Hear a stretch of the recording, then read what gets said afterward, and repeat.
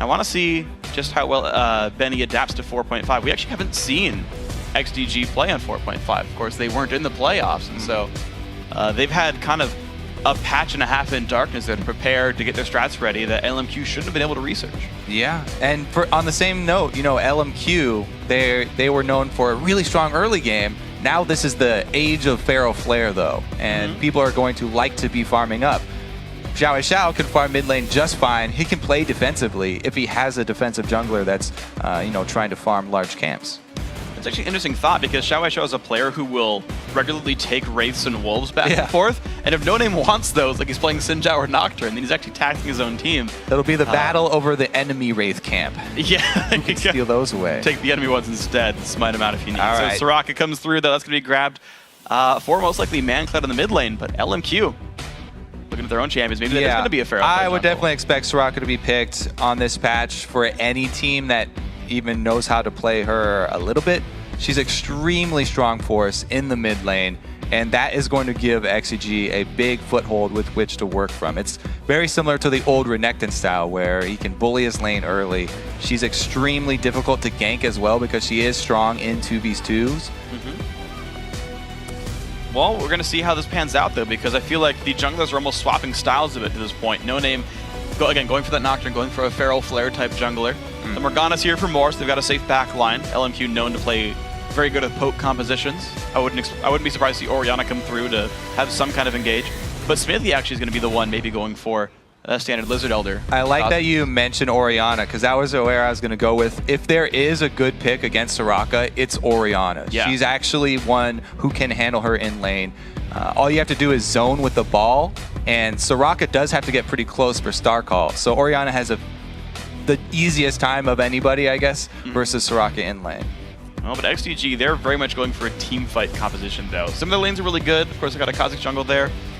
But you keep the Twitch alive with all the heals. You have Kha'Zix wreaking havoc from the AoE and whatnot. And XDG are like, you bring us to late game. Like, they're already showing if you bring it to late game, XDG's comp is ludicrously good. Yes, both of those champions extremely strong for team fights. We'll have to see, though, about the early dragon control, because while Pharaoh Flare is extremely strong on this patch, if you're going to have a jungler that is not a Pharaoh Flare jungler, Kha'Zix is the go-to pick. Yeah. And we'll see if he can actually make something happen early. He also has extremely good objective control, so they won't be behind on that. But yeah, as soon as the Wriggles does get completed, you have to ward the dragon because it's an option much earlier than it used to be. That's true. So the top lane already picked, though, for Ackerman. And we are likely to see the isolated top lane as standard, but maybe we see the 2-on-1s, maybe we see something crazy early game. Lucian does come through. Happy to play Twitch blind, and it's going to be Vasily taking Lucian for some strong laning. Yeah, I'm wondering what's going to happen with the early level ones. So that's always, you know, a weird game because with no vision, it's always about which place are you going to invade. A lot of teams have actually been setting up counter invades too, and sometimes catching entire teams off guard. Most supports, though, do start with the one ward, especially these two supports, because they'll be able to start with the Spell Thieves. Yeah. And so there will probably be that one defensive ward, and then just invade the other side of the map. Probably for both these teams. Yeah, it's been the sort of default sort of level 1 setup. We'll see if they actually manage to cross paths, or like both go for red buff or both go for blue buff, something like that. Last Protected to come through. Sheep, has he grabbed the new champion this time around? I know Nami made her first big resurgence, I want to say in Europe, actually. Europe and Korea have been playing her a little bit, but Nif was the first guy I saw playing her a lot, and it is going to be Nami here for Sheep, so a few new faces to XDG. Benny Aurelia also one I've not seen much of. Yeah, Benny does like the champion, and Aurelia has kind of been the pick to go to when Jax is banned nowadays for people who do like more damage-heavy top laners.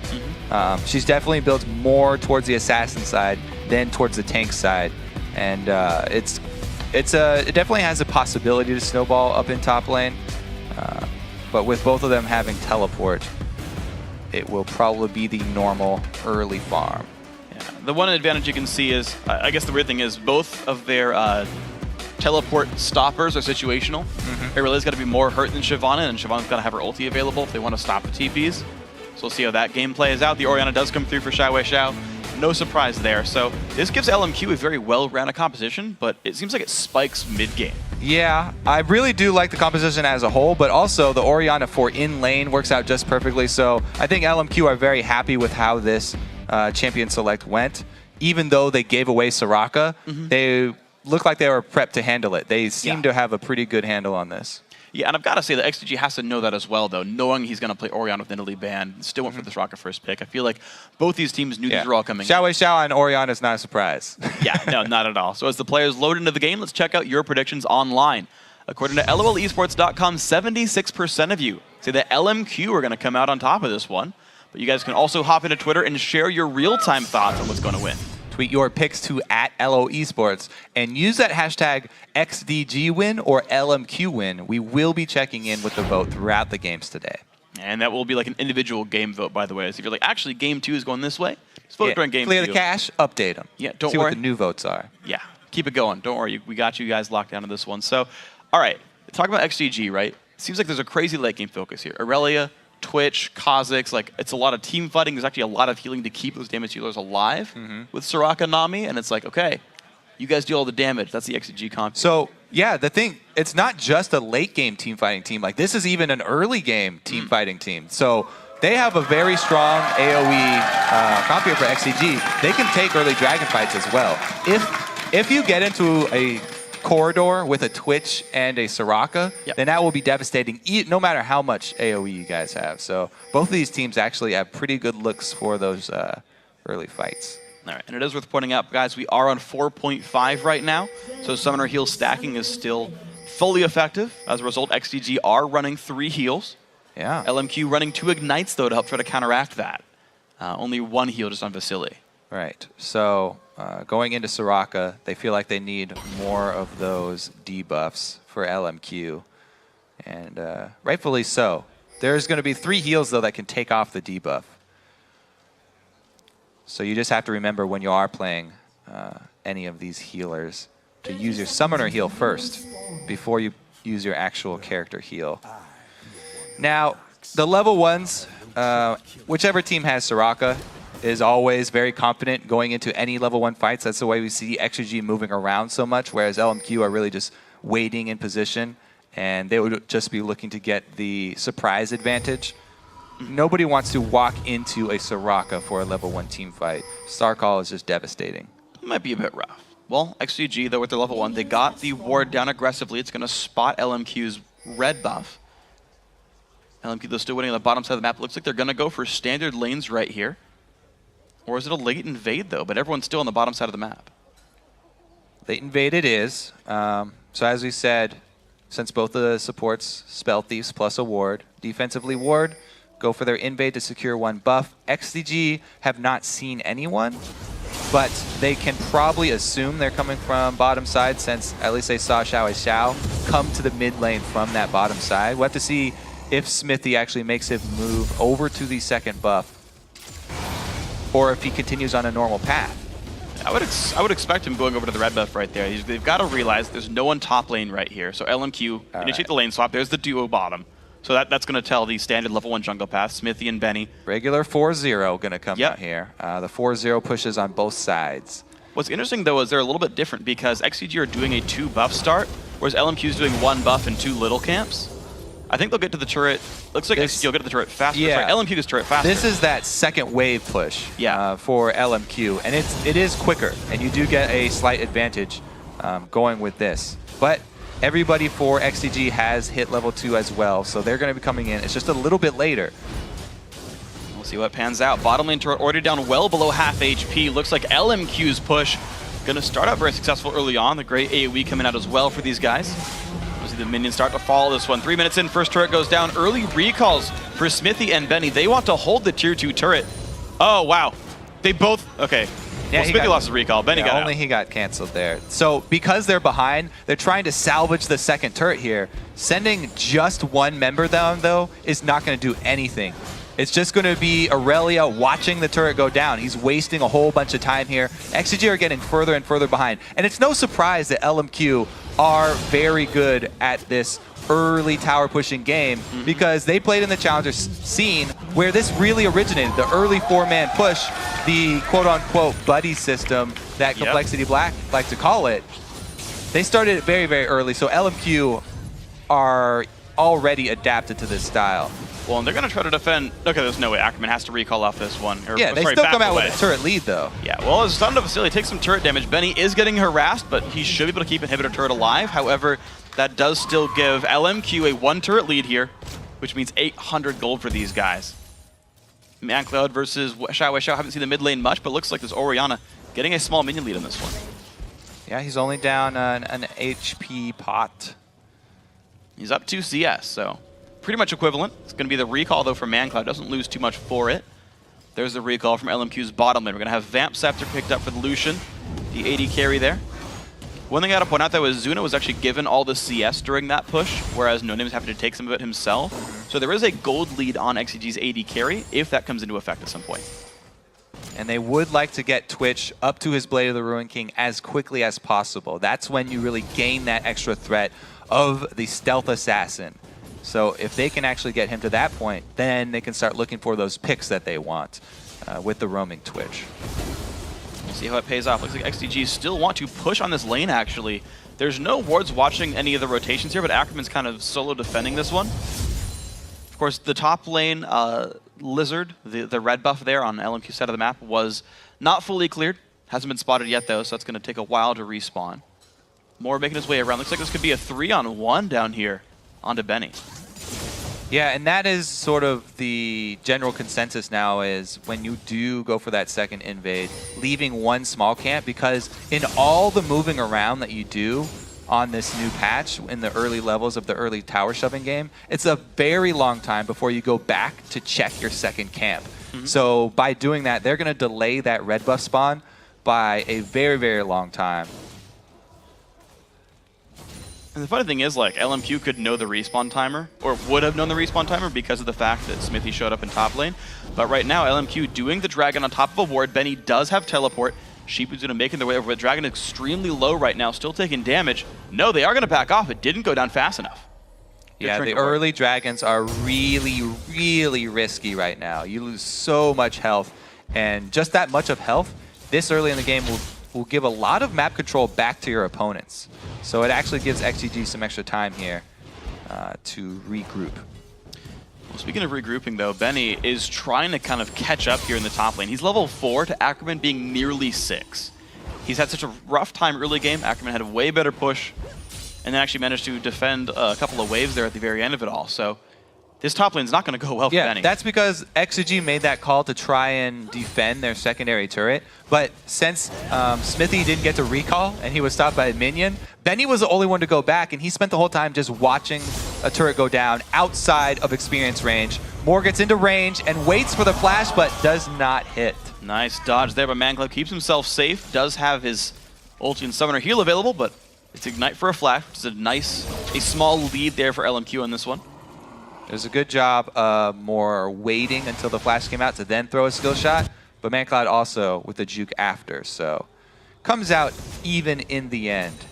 It does. And that mid lane matchup still going to be very even, actually. 52 to 54 right here. These guys holding pretty close. Smithy going to give the blue buff over to ManCloud, and there's not a lot of ward coverage actually in the mid lane. I'm thinking about the fact that this support roamed mid randomly to help force a flash. And there's still really no wards for ManCloud to watch if someone else comes to gank it.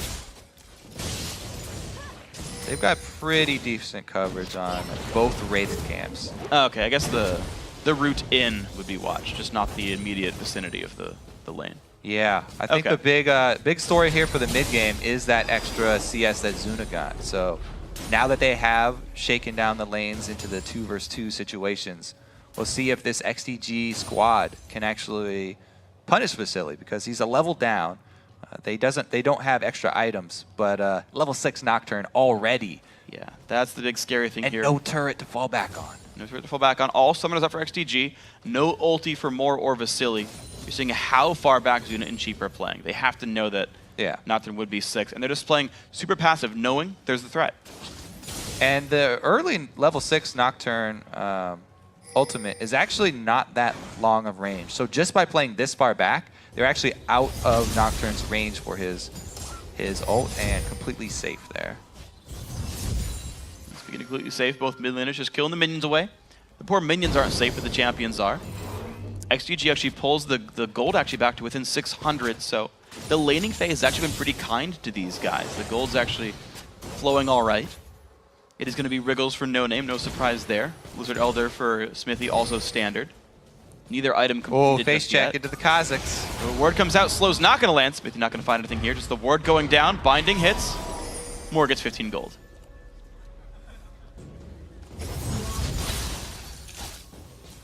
Both junglers spending a lot of time down bottom here. I feel like whoever is going to get that kill with each jungler getting their ultimate now is definitely going to be able to turn into a dragon. They might even fight over the pink ward here. Smithy is caught out. Ooh, the leap. The bind's going to go on to Sheep right there. Moore still not sick, but there comes the ulti. The teleport comes in for Benny. There's no wards for LMQ in a good spot. Moore forced away. No, actually, there comes Ackerman on the backside of the mini wave. There comes Xiao Wei. Xiao flash. It's Smithy that gets caught, though. He's going to flash over the dragon while he'll be safe. The battle continues. Ackerman pushing down into Benny. Great bubble hits Xiao Wei. Xiao. The Aurelia still getting chased. Puts a stun down. Hit up by Lucian. But the Twitch damage coming into Xiao Wei. Xiao. Not much mana for Expunge, though. Zuna's going to stealth. He's going to try to get back into range. There's the bubbles. The little slow coming is going to land a little bit. Vasily gets a black shield as well. Ackerman now the chase. He's very low. He does not have flash. He's running away. He's going to be just safe enough. The poison likely won't quite kill him. 0 for 0. So, Xiao Wei Xiao made the first roam, but since they weren't able to kill anyone, ManCloud arriving later didn't matter, and XDG are able to chase them off the bottom turret. They could get a turret plus dragon for that. Nobody goes down, but it's a great win for XDG. They get 2 objectives off of it. There we go. The first gold lead of the game for XDG. Equalize the turrets plus that dragon, and you stayed this one. So look at that. All the healing came through. All 3 summoner heals. Every single summoner spell that could have been used in combat, every single ultimate was. And it, resulted in some global objectives, though. XDG, Scar might be right on this one. Yeah, very interesting move there.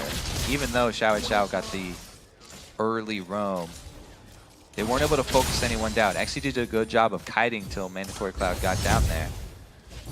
But that is only an early game lead here, and it is not that substantial. Still extremely close game. And the only difference here is that XDG are going to have the exact timer for that next dragon. So they will be able to get in position. If they can capitalize on the extra knowledge that they have of the exact timer, then it could be a bad mid-game story here for LMQ because they don't want to face check. If you run through this blue side jungle into the dragon area versus the Twitch Soraka, then it can be very, very bad for them. Well, it's a risk we'll see if they have to take later on. 5 minutes to go till dragon comes back up. The jungler spending some time warding for their teams. You just saw No Name put one down. Smithy has a few in his inventory. All right, Ackerman knows that they're coming straight for him right now. 4-man squad up top here for XDG. See how LMQ can react. They have perfect knowledge. Yeah, Ackerman gets as much of the wave as he can, then runs away, knowing, hey, I've got to pull my team over. The recall from Vasily comes through. Actually ulted to clear away before backing. You got Moore rotating up as well, and Xiao Wei Xiao waiting in the wings. Looks like no push for XDG. They realize they've been seen, but they're in a bit of control over the red buff. Soraka, not far away, binding on a Sheep. There comes the jump on in for Ackerman. Tidal Wave lands onto 4, though, and here comes Spray and Pray. LMQ can't easily dive back in. They've been forced backwards, but a Shockwave onto 3. Here comes the push. The wish might not be enough. Zuna goes down for first blood. Smithy, he's going to fall as well. No counterattack's really going to land there. Now ManCloud getting chased by the red buff Ackerman. Hasted up by Command Dissonance, still going down. ManCloud with the heals, but it's not going to be enough. There's a Dark Binding. 3 kills LMQ. All right, so this time around, ManCloud was also not there when the fight immediately broke out, and it did cost them. No Name gets the dive into the back on Zuna. He did get off a great spray and pray, but the reinitiate here from LMQ after the amazing shockwave. All right, so everybody gets knocked up by the tidal wave, and the spray and pray hits multiple people, but Xiao Wei Xiao, oh god, the 3-man shockwave into the Vasily. Huge team fight for them, and now they're going to take down Benny and Mid! Oh no, Benny survived for a second longer, but it wasn't enough. Now Ackerman getting chased down, the W lands. There's the kill picked up. Red buff goes back to Smithy, and the mid lane turret does survive, so 1 for 1 actually. Also, after that last push, LMQ got a lot of money back in minions, because both lanes were pushing towards them. So it caught them up a whole bunch in the gold lead here. Yeah, and they actually got even further ahead now. Wow. So, it's okay to go Dragons. You take the right fight afterwards, and you get massive shockwaves. Xiaowei, Xiao's Orianna. Scary for a reason. And I have to say, that is the importance of warding your own jungle when you did just lose a team fight. LMQ had a whole bunch of vision in their red side jungle. And even though XDG made this great move and they put down deep wards, LMQ were in the position to respond. So whenever you do lose a team fight like that, got to ward your own territory. Uh-oh, flash ulti from Moore. This could be a good amount of damage. Bubble's not going to land. ManCloud stunned up. The whole team comes down, and down goes Soraka. 5-1 LMQ. We talked about Moore being the playmaker for his team here, starting off another one, and ManCloud not having the best of games. So far, the mid lane matchup definitely going to Xiaowei Xiao. You can see now 132 minions on him. He's actually getting the CS lead as well. Mid lane tier 2, no under fire. 4 members of XDG are around, but I don't think they're going to get much. Ooh, nice steal there. Xiaowei Xiao gets the big Wraith. Minions getting cleared away. Binding won't land, but this turret's down to half. Yeah, he also got a big chunk out of Smithy's life right there, deterring any sort of aggression that XDG were even thinking about. So just the quick and the rapid wave clear from Xiaowei Xiao, easily to kill minions. I also like how Ackerman is going straight into his tank build, just going early tank here. He wants to get a bunch of armor and then stand in front of Zuna and just slowly burn him down. If they can get Zuna walking backwards, as we saw before when No Name jumps in with him, that's all they need is those two onto Zuna. If they're able to keep him down even with ManCloud's heals, then the rest of LMQ will have a pretty easy time cleaning up. Definitely going to have to watch those shockwaves. Zuna cannot afford to get hit by another shockwave. Yeah, you saw what the last one did to the team. That was after a great tidal wave, too. I thought XDG was going to win that last fight. It was tidal wave plus spray and pray combo in a corridor. Yeah. That's exactly the scenario that we were setting up, which is great for this XDG team. But then Zuna had to start backtracking pretty quick there. And time spent not attacking is going to cost them the team fight.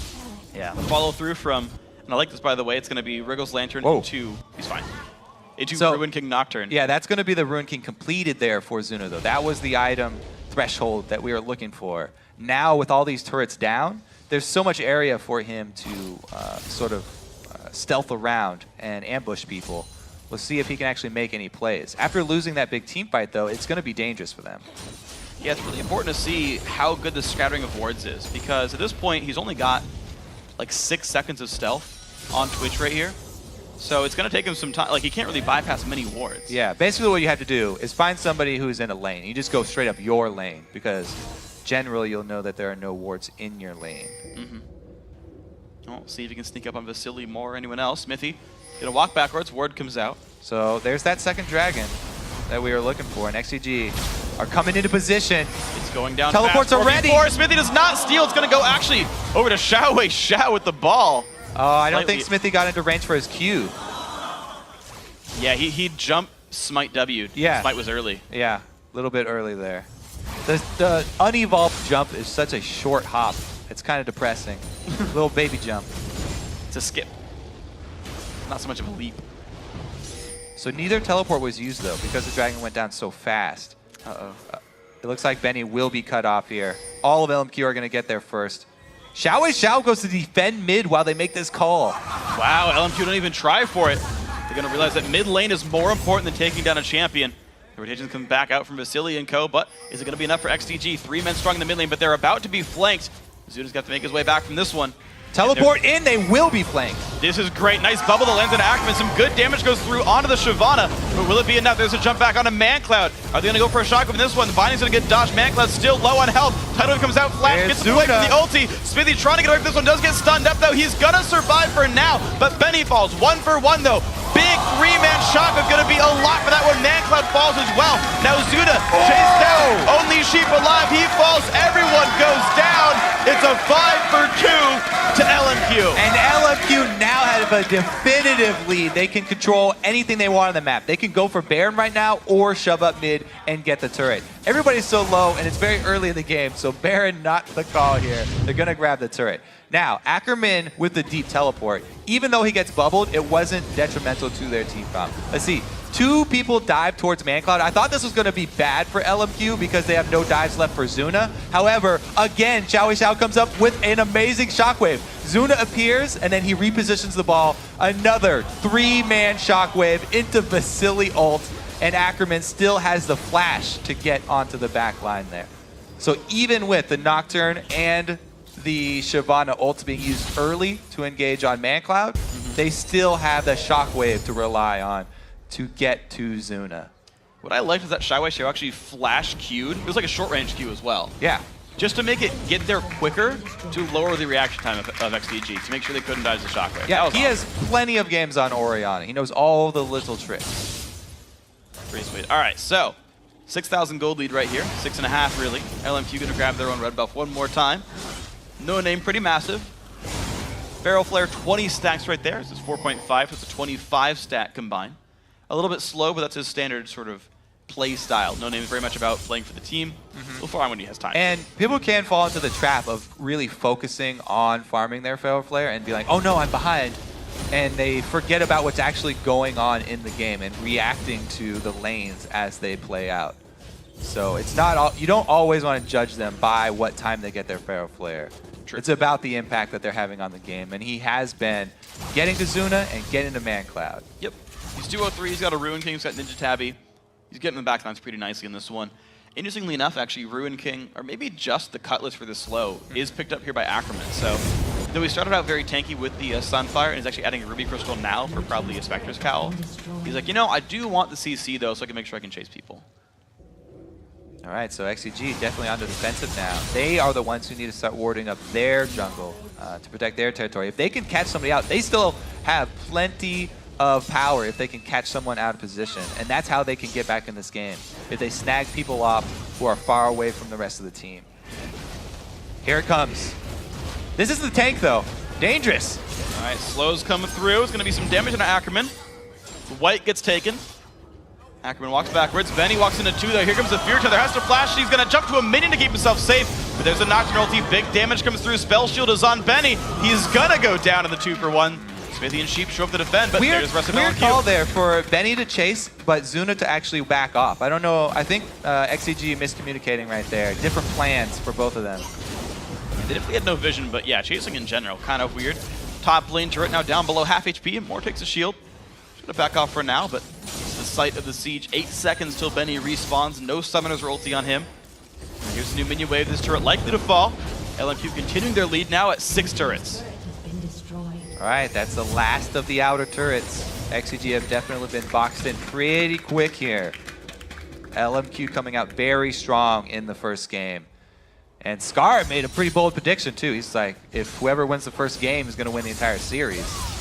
But then he said that you know, XDG would win 3-1. So no matter what, right now, if the game goes this way some more, he's conflicting himself. Make up your mind, Scara. He's going to make his way back now. Xiao gonna grab his blue buff here. That wasn't a weird Q. Whatever. Doesn't need it. Takes it with auto attacks there. 11-3 in kills. Honestly, once we got to the point where the teams actually got to group up for team fights, LMQ won every single one. Yeah, and with XDG having the assassin-oriented top laner, it's going to be hard for them to come back without catching LMQ in a bad position. As we said, they need to have the numbers advantage. They don't have the extra health to soak up any damage. They need to use all of their offensive prowess at the same time and coordinate it for a first strike. And it seems like they're not able to grind the fight out either. Like, even though they have 2 healing champions and 3 summoner heals, it's not enough. Like, it seems like their health bars still get ground down really rapidly by No Name Ackerman and co. I mean, the Ignite still halves your heal when you use it, even though the heal takes it off. So really that initial burst is they still have the debuff that they're looking for, and it has been working for LMQ. Now they're trying to zone the classic Baron and bottom lane tug of war with XDG here. Smithy gets focused away. burns 75 gold for a ward that gets immediately dropped there. Pink ward control is there for LMQ, and they're just playing the control Baron game right now. And look how bold LMQ are with this. They don't even have any wards in the red side jungle, yet Ackerman is all the way up at the inhibitor turret. So the rest of the team, it's on them to keep vision of the rest of XDG. And even if they have vision of most of them, there still could be a Twitch down bottom.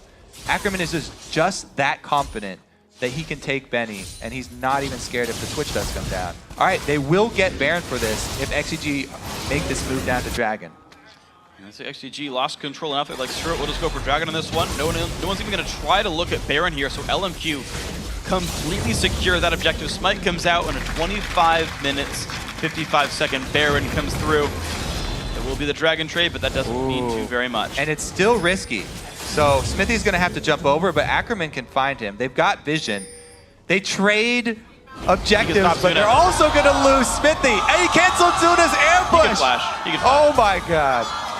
All right, now can Xiao chase him down? Flash by Ackerman. Zuna does not have the stealth up just yet, and there's the burst coming in. Nowhere for him to go.